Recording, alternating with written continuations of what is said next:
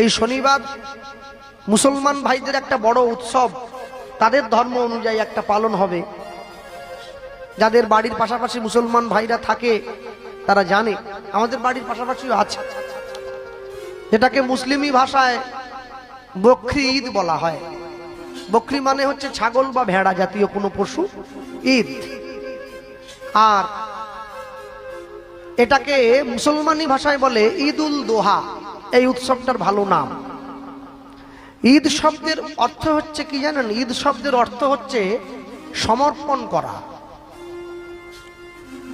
ঈদ শব্দের অর্থ মুসলমানি ভাষায় একটা সুন্দর অর্থ আছে ধর্মীয় রীতি অনুযায়ী। সেটা কি না, যাকে আমরা ভগবান বলি তাকে তো মুসলমানরা আল্লাহ বলে।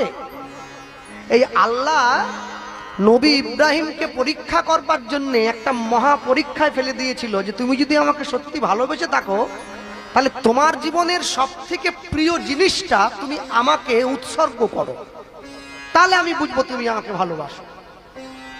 মানুষ যেমন আমরা হিন্দুরা কি করি, ভগবানকে তার ভালো লাগার জিনিসটা উৎসর্গ করি, ঠিক তেমনি ভাবে যাকে আমরা ভগবান বলি তাকে মুসলিমরা আল্লাহ বলে।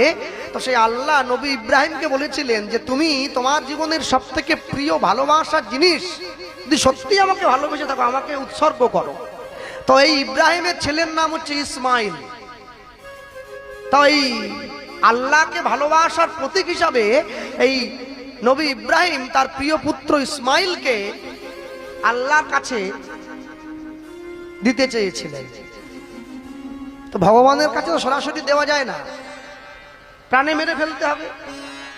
তো আল্লাহ দেখলেন যে সত্যি সত্যি আমাকে ভালোবাসে, তা না হলে নিজের ছেলেকে কেউ কোনোদিন সবকিছু মায়া ত্যাগ করে আমায় দিতে চায়? এই যে দিতে চেয়েছেন, এই প্রিয় মহান আল্লাহ খুশি হয়ে এই নবী ইব্রাহিমকে একখানি ভেড়া দিয়েছিলেন যে তুমি নিজের পুত্রকে দিও না, এই ভেড়া রূপী পশুটি তুমি আমাকে উৎসর্গ করবে। সেই ধর্মীয় বিশ্বাসকে সামনে রেখেই আগামী শনিবার মুসলমান বাড়ির যত মানুষজন তারা পশু আল্লাহর কাছে সমর্পণ করে।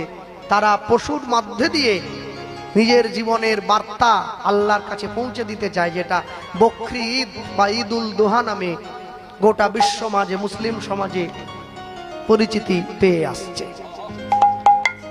কিন্তু একটা জিনিস লক্ষ্য রাখবেন, যদি আপনি যারা মুসলমান বাড়িতে জন্ম নিয়ে যদি কেউ কোরআন পড়তে না পারেন, মসজিদে যে নামাজ পড়তে না পারে, তাকে মুসলমানরা বলে আপনি মুসলমান হন